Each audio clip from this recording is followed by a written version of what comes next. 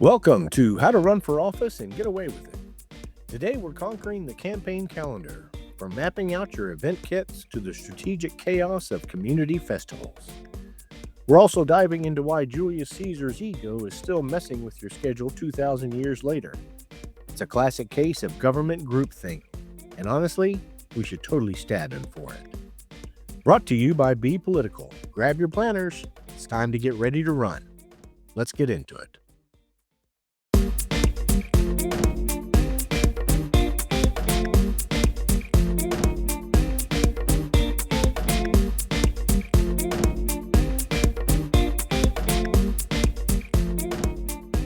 Welcome to How to Run for Office and Get Away with It.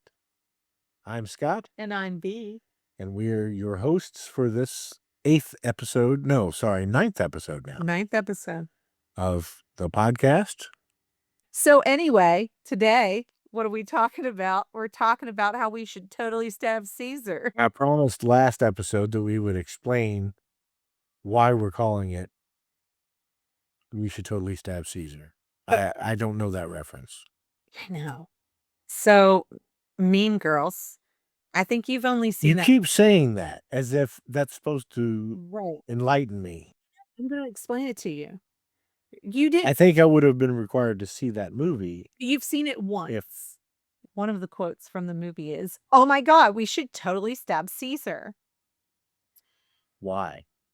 It doesn't matter. It's funny because she didn't understand that Caesar had been stabbed anyway. And it's just a very quotable quote. It's a quote that everybody knows. And when you hear it, you laugh a little, sort of like the way you laugh when you say, "You go, Glen Coco." You don't understand what that means. But that's another quote. That's from Others, isn't it? No, that's yet another quote from Mean Girls. Okay. Yes, "You go, Glen Coco." So anyway, it's a fantastic movie. And anyway, that's always funny. But there is also a meme that makes me laugh about this. And somebody said, whoever screwed up the calendar, we should totally stab the person who screwed up the calendar. And it makes me laugh so much every single time because the response in it is, "Have I got news for you?" We'll get into that a little bit later. Yeah, actually, because I'm going to tell you why we should totally stab Caesar about the calendar. At least the OCD kids like me. I get twitchy if I think about it too much, and it combines all of the things that make me twitchy. Things being misnumbered, like bureaucracy making decisions off of just laziness. Like it's a whole. We'll talk about it later. But today, politics is not good for people with OCD. Well, I survive. I get through. Although there is, I guess, structure especially in the legislative subject. That's why I like the government aspect. Step 1, step 2. Oh, yes. Oh, yes, the orderliness. Yes. But today we're talking about your campaign calendar. I'm going through foundational stuff that you've got to do. We're still on the stuff that you've got to make sure you've got done and set up before your campaign even really truly gets started. And the calendar is one of, I think, the final pieces that we're putting together on this. And so today we're talking about the different things you want to make sure is on that calendar, how you want to set it up, and all that. What kind of calendar are we talking about? Is this a big whiteboard calendar? It can be. A Mopar bikini girl calendar? I wouldn't suggest that. It's whatever works best for your organizational process. I find that electronic calendars that give you multiple people access and have options and visibility to the different people. So like an Outlook calendar, Google calendar, what's on your device that you can share between people. Something that everybody has access to that needs to have access to it. A lot of times software that you're using for your campaign will include that. And NGP is one of the most commonly used for Democrats. So, I'm familiar with that one. That one does have a calendar. I typically use Google for it because it's accessible to everyone and it doesn't cost anything.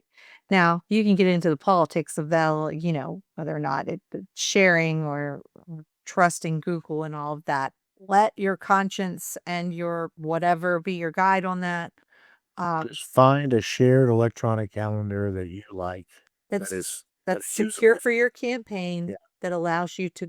This is a communication device. It serves multiple purposes, but one of the biggest purposes, it serves as a communication device between the people involved in your campaign. So that's where you want to start, is getting probably an electronic one, but if it's a whiteboard one, if that's what works best for you and you're moving things around manually and everybody communicates that way better. I mean, I'm not going to tell you what should work best for your campaign. I'm going to tell you what usually does and then let you guys sort of tinker with it, right? Right. That's sort of what we're doing here. Okay. But I'm gonna recommend strongly that we're gonna put together an electronic, because we're living in a modern age, right? We do a little bit of It both. is the 21st century, yes. We do we do a combo. We use a combination of hard copy calendars that have specific things on it where they are displayed in the house for their purpose, Right. and then also an electronic calendar that goes to our phone that has other things. Yeah, the electronic calendar is really probably the way you want to go. Regardless, you're using it to schedule events and take notes and keep to-do lists and everything that's related to those events. So again, I go back to electronic calendar is probably going to serve you best. And what's kind of the first thing that you need to put on the calendar? So, very first thing, um, before anything else that you want to do is go to your elections office website and put down every single campaign related deadline, dates. This would be filing deadlines or This would be filing to your financial reporting all of your deadlines, right. the actual election days. Right. So you want to put in everything that's related to the campaign, say, um, when the deadline is to file, just for the Right. office you're running for, um, when all of the reporting is due, when the preliminary, sometimes you have to do pre stuff that has to be done like 15 days prior.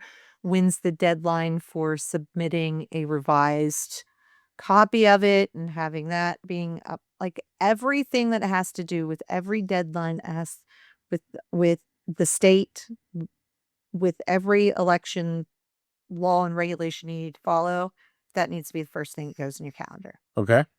So again, you go to your election offices that you're utilizing, your Secretary of State, your county clerk websites, depending on what you're running for, the, you know, Department of Elections, whatever it is in your state. But you want to go to those websites and put those dates in your calendar.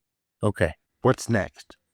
Um, After that, you want to go ahead and you want to go to your local government and community calendars. So you're going to all of the, if you are running for your city government, so you want to go to that city government's website and you want to check off any government meetings that they have, any public meetings. You want to put all of that on your schedule so you know everything that's going on at their meetings, Right. everything that's happening at your city hall. Um, any community events that are being hosted by that city, any festivals, fairs, sporting events, special events, charity events, or cultural events that are hosted by that city government.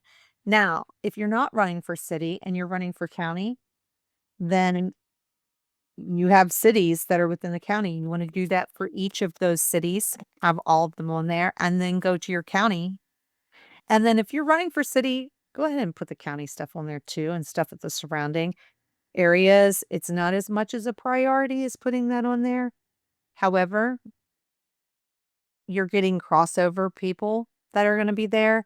So having you visible at county events, even though you're running for city office and being involved at the county level, shows that you understand the inner workings of government, that Right. you're involved with both, and that you have the ability to have those connections and communications. Okay. And again, state rep, you may have multiple counties, so you're doing that one more level, cities, counties, same way for running for any office. Again, just keep expanding it.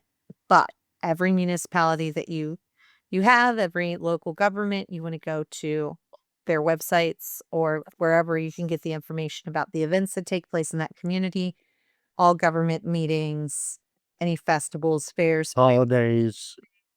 and the official holidays, because that is important too. Official holidays change depending on what your location is. So you want to make sure that you know what's official holidays in that area and what happens for those official holidays in your area. Are people off work that day? Is there some sort of local celebration? Is there some so Right. yeah, These are all opportunities for campaigning. absolutely. Okay. And it's opportunities for you to show in other areas like social media that you are in touch with those community events.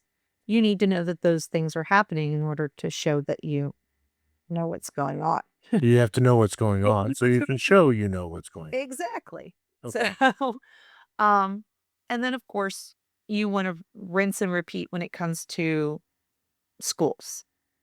Um, So after you finish going to all the local governments, you want to go to all the schools that are in your district. You need to know school events, school sports events, teacher events, what days they have off. Um, any kind of stuff that's going on in the local level as a whole, things that are specific to a specific school. And if that specific school is different, you want to know why. Why do they have a day off and the rest of the schools don't? What's going on there? So part of what's happening while you're getting more in touch with your community, you're getting to know some of the things that you may not know is going on before. Um, but also these are opportunities for you to be able to be available, be accessible, be involved with the community. And you're going to miss them. You're also going to be planning things around them. And we'll get to that in a minute. But, public schools, look up the public school calendars. And that's not for the county school system. You need to look it up for each of the schools if that's available to you. And then if you happen to have a local university or community college technical school in the area, you want to do the same thing with them. School events, sports events, student organization events, what days they have off, when they have guest speakers and performances. Those things matter Sure. because they impact local economy, they impact local influence, they have people that are gathering in them. A lot of times they're, not just on campus, but they're available to the wider community at large. The the next thing you want to put on there is your places of worship. And we will talk about the very delicate balance of attending places of worship within your community. However, and when that's appropriate and when it's not, and what's okay and what's not. But in the meantime, places of worship within your community have public events. It's also important to note what holidays these communities are celebrating.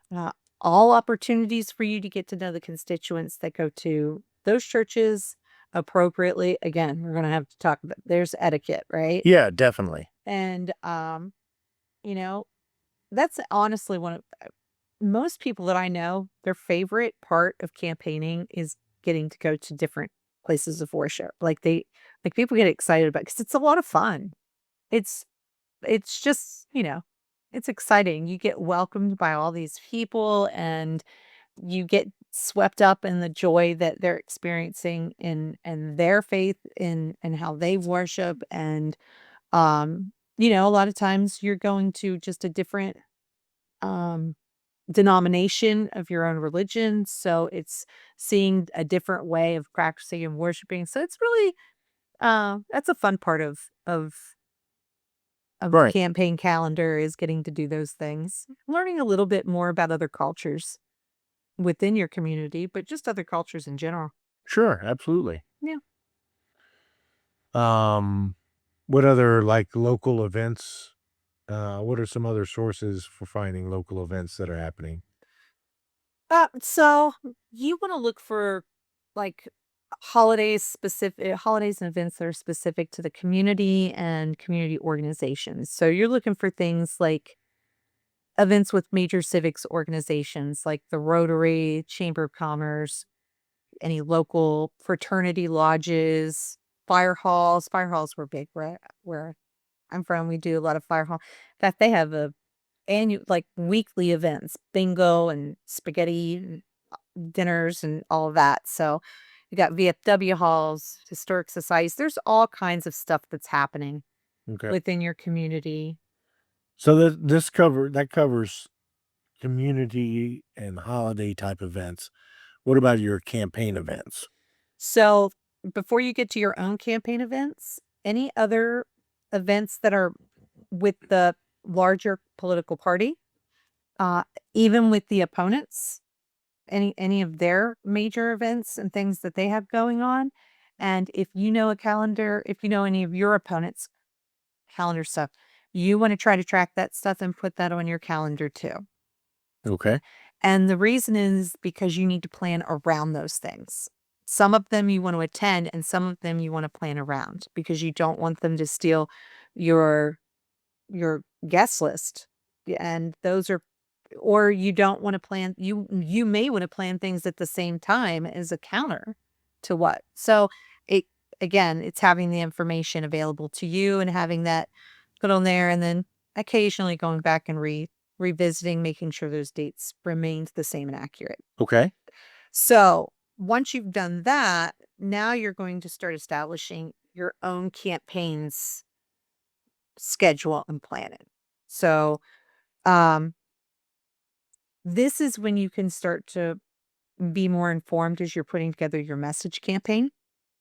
You can look at what's happening in your community and use that as a skeleton for what you're talking about so remember we were talking about the message calendar and how it rotates the topics and all of that. Right. You can let those events that are happening in the community that are naturally already taking place in people's lives, and you can build your message around that so that it fits where people's mindset already is. If you've got to get people's attention, you don't also want to have to switch the topic. Okay. So by knowing what's going on and what those events are centered around and where people's frame of minds are going to be, you can plan out your messaging for your campaign um, to help emphasize and make sure that you're at the top of a conversation that's already being had Okay. with new information because everybody talks about the same things at those events. They're annual events, but you're now new information being added to it because you're talking about things that are related to it and why you're running for office. Um, it's also important for some of this to know whether or not you need to make travel arrangements of some sort. It depends on what you're running for or how involved you are. You may be part of like national associations or state associations where you're going to do or you may be attending things that, like I said, you have state party things. You may be going to the state party dinner, and that's going to be that's over in the Capitol, and the Capitol's 3 hours away. That's an important opportunity to meet potential donors or people who can support you. You've got to be there, Right. but you've also got to make sure you've got a hotel room if you need to stay the night, that you have your tickets in advance. All that stuff's planned out. So you knowing when that stuff is and setting reminders from them, like here's the deadline for making sure you have a reservation for this particular dinner. Those sorts of things help as well. Okay. As you're starting to put together your calendar and you now have a clearer picture of when things are taking place and when there's gaps in where activity is taking place in the community, right? Right. So that is a good time to start planning your fundraising calendar. Okay. So I'm going to touch on some of this stuff. I'm not going to get into detail, but I've got good news for everybody at home. Do you want to tell them the good news? Do a whole episode about fundraising And when is it? next week. It's going to be next week. So just hang on. We're getting there. We're going to tell you how to get the money. But we're going to touch on it today, and then just hold on. So when you're setting up your fundraising and you're trying to schedule things, you need to set up 1 to 2 major annual events. And I personally like 2. And if you can do them, do 2, definitely do 2. The reason I say that is I like 1 to be a event that's focused as a major source of fundraising that gives you name ID, and it gives you the opportunity to be one-on-one with community members. It's opportunities for campaign merch to be sold and worn, lots of photo ops and things like that. So what we're looking at is a community activity, a 5K race or a golf tournament or a talent show. It's where the community is actually participating in some way. And so they may be bringing people with them in order to cheer for them or support them in whatever activity they're involved in. But they're doing it with your name on it. It is the Sally Gutierrez 5K race. And, that happens once a year. And every year people run the Sally Gutierrez 5K race. Yeah, I think those kind of things are excellent opportunities to have your name on them, as long as they don't look like it's in memory of Yeah, you've got to make sure that it's yeah, Sally Gutierrez for Senate. right. Okay. Thank you. Because, I'm talking about this and not thinking about we're not talking about the branding on this. Let's be clear. We're not getting into the details of how you set this up yet. We're just brushing over it. But again, that's the first thing that you want to plan. And if you know what that thing is that relates to you, that you're going to do for that, you should kind of have an idea at least of what goes into it. I think if not, we're going to talk about it. But my point is that when you're adding this to the calendar, you need to know how much time it's going to take to plan that Sure. so that you know when to add it. Right. And then the other major event that you want to be looking at to add to your calendar, I like to call, it's your community Thanksgiving. It's your annual food event. Um, it could be your annual spaghetti dinner. It could be a pancake breakfast you host every year. It could be a homecoming tailgate for a high school or a local university that you host every year. We had friends who used to have a halakha party every year, and that was something that celebrated the Venezuelan culture and Christmas and all kinds of other Yeah. stuff. Pig and bull roast, that's what we did when I was growing up. We had a golf tournament, and then we had a pig and bull roast. You want to set these 2 fundraisers, though, uh, apart from one another. So let's say your annual food event that you're having is a Juneteenth picnic, and you're going to be the host of the Juneteenth picnic every year. Well, you don't want to then schedule your golf scramble on June 30th, right? Right. So you wanna spread them out. So you know that you're doing that when you're doing the Juneteenth picnic, you wanna give yourself time to then deal with the golf scramble. Maybe that's either in But April. it's easier to space them out 3, 4, 5, 6 months. What, right. And Yeah. then you're renewing that name ID and involvement community. Oh, look, they're always having a big community event. And again, these are things that celebrate camaraderie and fellowship and associates your name with bringing people together. Right. So you want to host those 2 things, and then the next fundraiser money things that you're going to be putting on there under fundraising is going to be your hosted private fundraisers, and these are well, And are you scheduling these? These should be put on your schedule they're happening. as the as they as they develop, as they come in, or I'm going to reserve this weekend, this weekend, this weekend, this weekend for hosted parties and find someone to fill those slots. So you want to try to do it where you can fill those slots, but you are at the mercy of the people who are hosting you. Right. A lot of times you're just willing to work with whatever it is that works with their schedule, and you give them open dates that you have available within yours. If you have So that's not necessarily something you sit down at the beginning of your campaign and plot out. what you want to do with that is make sure you're leaving room for it. So you want to make sure if you can plot it out, that's great. Don't think that you're going to be able to follow that. Um, you can try to schedule your fundraisers based on the times that you have blocked out. Uh, Don't don't be a slave to it. Don't make that the priority is sticking to those times. If the only time that you have available with that host is a Wednesday and that's not one of the times you have reserved for hosting fundraisers, change the calendar around, right? So don't say, "Oh, can't do it," because that's not a time that's blocked out. So you really need to make sure that you have space available for this because the household fundraisers are great as in local races, they're more important for fundraisers. You're hoping that people will bring the checks to you.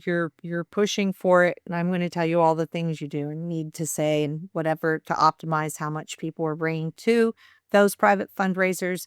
But in the meantime, when it comes to local races, the biggest thing that you have going for you in those is the one-on-one contact and conversations because when you have that, the ability to have one-on-one private time that's in a more intimate setting, someone's home where you have someone that you both have in common, encouraging that person to support you, that that right there is a vote. That's buy-in that you can't spend money getting. So you've got your fundraisers on the calendar. Anything else with fundraising is going to be your call time, and we're going to get back to that because, um, that's part of another part of what goes on the calendar. But the next thing is then developing that messaging, and we touched on that a minute ago. Looking at what's happening now that you've got a clear picture of what's happening everywhere in the community and all these places, you can start deciding when the best time to start talking about the things on your messaging. You can start deciding when those things are getting talked about based on what's happening in the community, at So least in you part. can plan out social messaging posts Exactly. based on events that are happening and in the time of year, Right. and also how you're going to rotate your 531 messaging throughout the year. Exactly. And then, you can mark on the calendar when are we going to start talking? When are we going to start phasing out this topic? And when do we start phasing in this one? You can actually mark that on your calendar. And again, none of this stuff is set in stone. If you think that you're creating a calendar and that's it, it's set. That's adorable. Um, that you've got to let go of that and be willing to be flexible. This is supposed to tell you all the information of what's happening around you and help you make decisions and Right. maneuver and get it all done. But you can note on there where it is that you want to start making those phasing in and outs of messaging. And you can even note in those markings on the calendar why. You can say, "Hey, we're phasing out this topic because it's the end of spring and that's no longer relevant," right? Or it's not at the front, or it's not that it's no longer relevant, it's just no longer the front of people's minds and people are thinking about this. Like you can actually remind yourself why you made that decision. So we talked about the function of gathering information so that we have all that information in one place Right. about community events, school events, everything that's happening within the district you're running in. So that's where you've called all that information and you're going to make sure that you're tracking updates, but for the most part, you have it all together in one place from the very beginning. Then we've talked about messaging, which is you're planning out ahead. You're planning your messaging that it goes along with whatever's happening in the campaign as it's currently planning, but keeping that flexible as you go along, understanding that things change and Right. the atmosphere changes and you may need to switch it up. But you've got that in there. And because you've made those notes that I was just talking about, you're able to see why you made that decision and where you can be flexible. Okay. So you've done that. So the third aspect of the calendar is actual working, functioning calendar for a team, right? So this is what you're going to be using to schedule when people are doing specific things, doing work within the campaign. You're looking at, um, making sure you have the who's going to be if you have a campaign office. Now, a lot of people don't have a campaign office because that's one of the most expensive aspects of a campaign. If you're running for a smaller local seat, you don't necessarily need a headquarters that runs anywhere other than out of your kitchen. If you're comfortable with that, it goes along with let as my pop Jack always said, the wisest man I've ever known in my entire life. Let your pocketbook be your guide, right? So, but if you do have a headquarters, you need it staffed. And if you are getting calls in about your campaign, you need to know who's responsible for those calls at what time. So you have that happening. You also have events that are coming up. So you want to make sure that you have volunteers and staff if you've been hiring for we're just going to say staff and volunteer, and you're going to know. And there's two things that we're tracking here, right? So one is you're knowing what the calendar, what the work schedule is for everybody involved, and everybody that's communication tool, letting people know what the work schedule is and where they can find people. But the second part of it is that you know whether or not you're staffed enough for the other things that you have on the calendar, for the things that you have coming up. So when you have those things together, you can look at it and say, wait a minute, we don't have anything saying that we have volunteers on Thursday of, next week. And we have scheduled on here that we have a community call time. So who's coming to that? Where are those people? Who is that? Right. And so, um, you're able to look at those things together quickly and make sure that so you're tracking both as a work communication tool and as making sure that you have the staff. Because in every other business, in any kind of business where you have a team, people are working based on operating hours. Well, I mean, these aren't 9 to 5 Right. things. Right. Nothing happens at the same time every day for the most part. It's dependent on what's happening where, when, with who. So this helps keep that managed and everybody seeing what's happening. Right. So that's your third thing with that. And then there's one more aspect of it, and I've left it towards the end. It doesn't mean that you do it at the end. It just means that I want to talk about it specifically. Okay, I want to go back though because you failed to even mention call time. Call time. So that's one of the things that's scheduled. So that was part of, the next part of it. You've been itching to get to call time, and then you failed to mention it. I'm not. I'm about gonna the campaign. So you're putting in the candidate's work schedule too. You're right. You're right. I'm sorry. It's just I need to let people know what call time is and why it's so important. Well, So there's a whole episode about that. I know, and we are going to do it, but it matters in this. So you need to schedule call time into your work calendar. You're scheduling the candidate's time in office. And so you need to schedule call time, and what call time is, if you don't know what it is, it's time that you sit down with a list of people that either you've put together or the campaign has put together or volunteer, whatever. Somebody has given you a list of names. And your job is to call those folks and say, hi, in case you haven't heard, I'm running for office, and I'm running for office because of XYZ, your messaging. And then you say, I really couldn't do this without your support, and I am looking to you to donate $250. And then you say nothing. Yes. So it's you cold call people. Sometimes you're cold calling. I don't know if cold calls, right? But you're calling people during that time, and as you're calling them, you're taking notes on whether or not they are going to be supporting you, whether or not they're going to be donating, and then you're tracking if somebody gives you a commitment to, yeah, I'm going to put the check in the mail. You can say, hey, listen, put the check in the mail, that's great. If you're feeling like they're a little wishy-washy, you're like, "Hey, listen, if you want, you can donate right at home with the convenience of Act Blue." So then you get them to go ahead and do it right there, and you kind of close the deal on uh getting a contribution. But the whole point is that that is supposed to be part of your daily, weekly schedule. And so you need to go ahead and put that in there, and it needs to be a priority.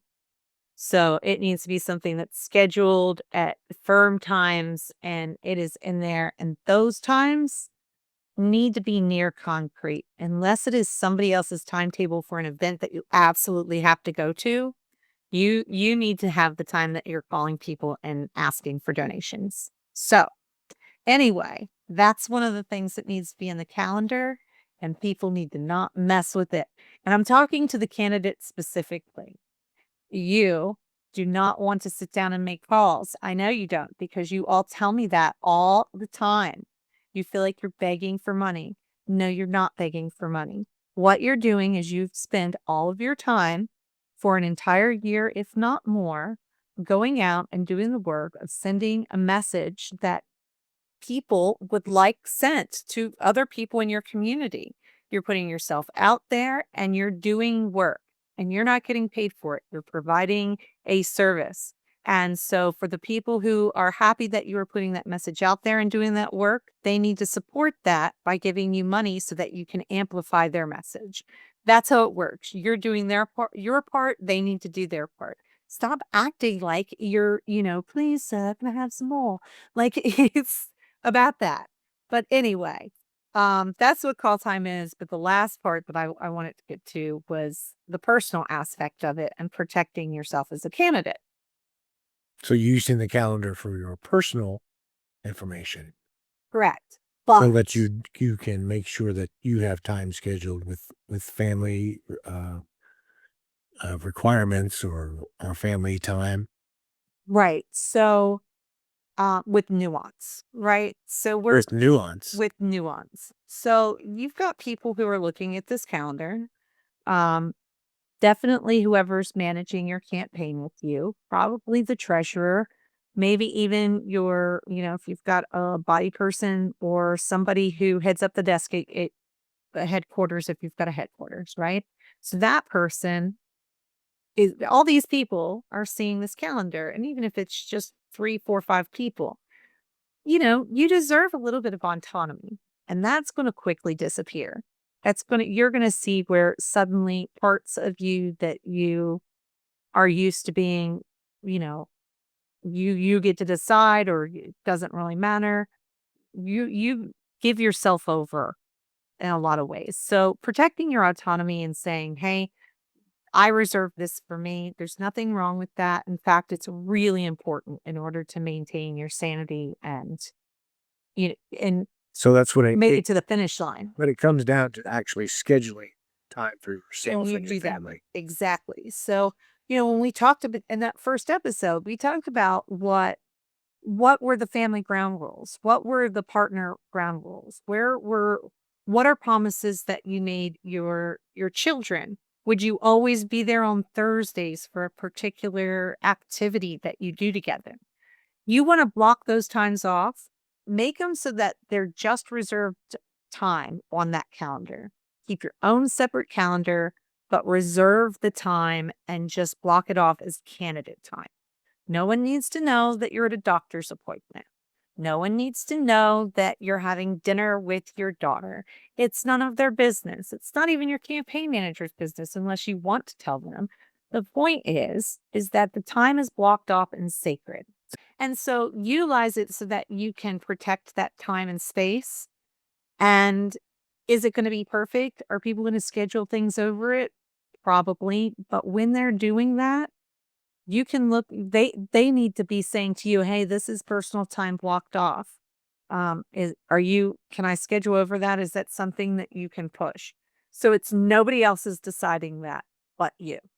Right. That's your time blocked off. If you want to schedule, you have to call the candidate. That's the only person who gets to decide that. Um, that's but it's important. Oh, yeah, That doesn't- absolutely. But reserve your space. Reserve your space in multiple ways, in both your privacy and your time. Right. So that's probably the biggest recommendation for sanity, both personal and family, that I can give is reserve space and time and And put it on the calendar. put it on the calendar. All right. So So I think that covers the calendar. And is there any particular electronic calendars app or whatever that you would recommend being used? So we talked about this at beginning, right? I think we were talking about I recommend Google because it's free and I know that it works with most phones. You can incorporate it into your personal phone anytime. A lot of times software that you're campaign software that you're using, Right. it has a calendar that functions much like a Google Calendar in that it lets you put things in and access it. And, in the meantime, you think I was excited about call time? No, no, no. You're excited about Julius Caesar. Not. Now, who isn't excited about Julius Caesar? He has the best salad dressing. He has the best haircut. And they make the best epic movies, usually around. Just kidding. I don't really care about Julius Caesar so much as I'm going to make fun of him for not fixing things the way that government officials have been doing. So one of your big pet peeves is that the month of October is not the 8th month. No. That's not my pet peeve. My pet peeve is that September through December is not 7, 8, 9, 10. They don't match the names because it's Sept for 7 and Oct for 8, Right. Nov for 9, and Deca for 10. And I know nobody else spends a lot of time paying attention to this. People notice it every once in a while. Long, long ago, there used to only be 10 months. And it used to be like months.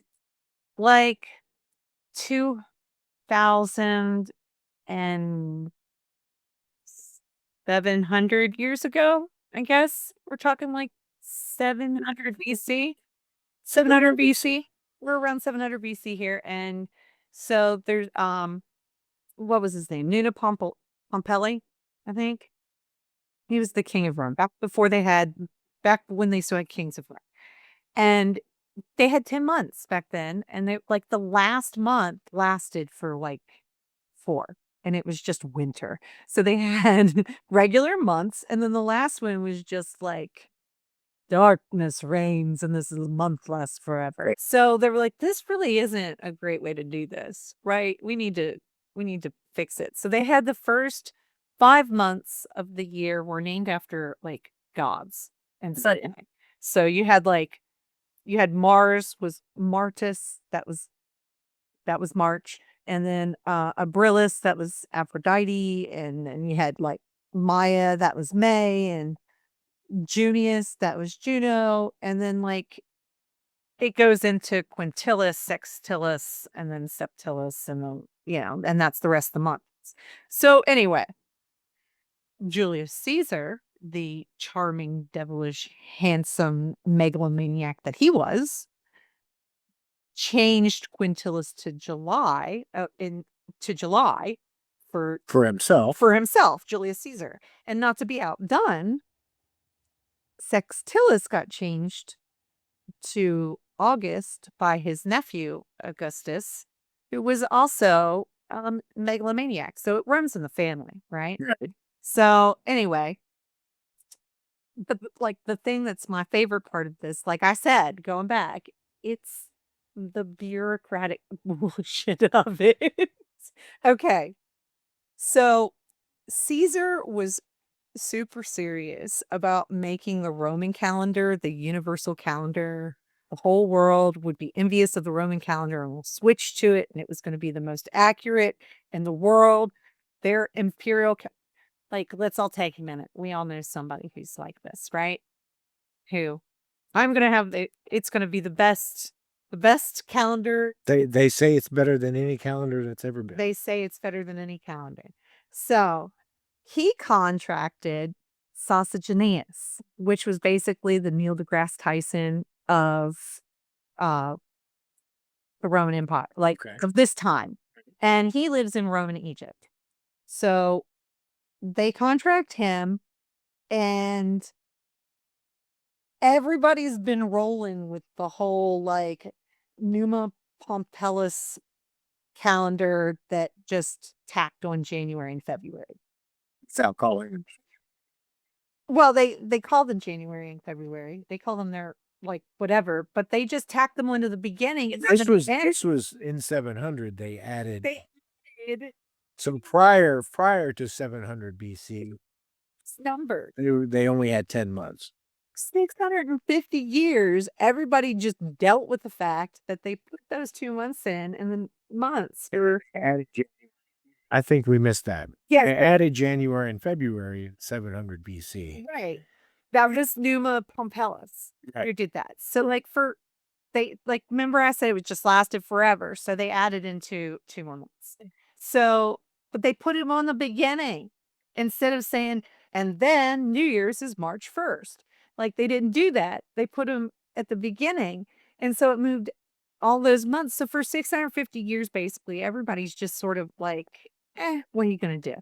So here's Julius Caesar. He's got sausage knees. He's got him fixing the calendar so it aligns with the celestial whatever. By the way, they did not do a very good job. That's why we use the Gregorian calendar, which is slightly better. So anyway, they're doing all of this, and nobody thinks to be like, hey, what if we fix the numbers though? Right? What if we just we're fixing everything else? Let's just go back to March 1st being so, they didn't fix it. They didn't fix it. And do you know why they didn't? Do you know why they kept it where it was? I do not. They kept it where it was because the Roman senators got sworn in on January 1st, the beginning of the year. And they just didn't want to have to move that. They based it on like just groupthink, like for 2,700 years, we have had misnumbered months. And they didn't fix it with the Gregorian calendar either. I don't know why.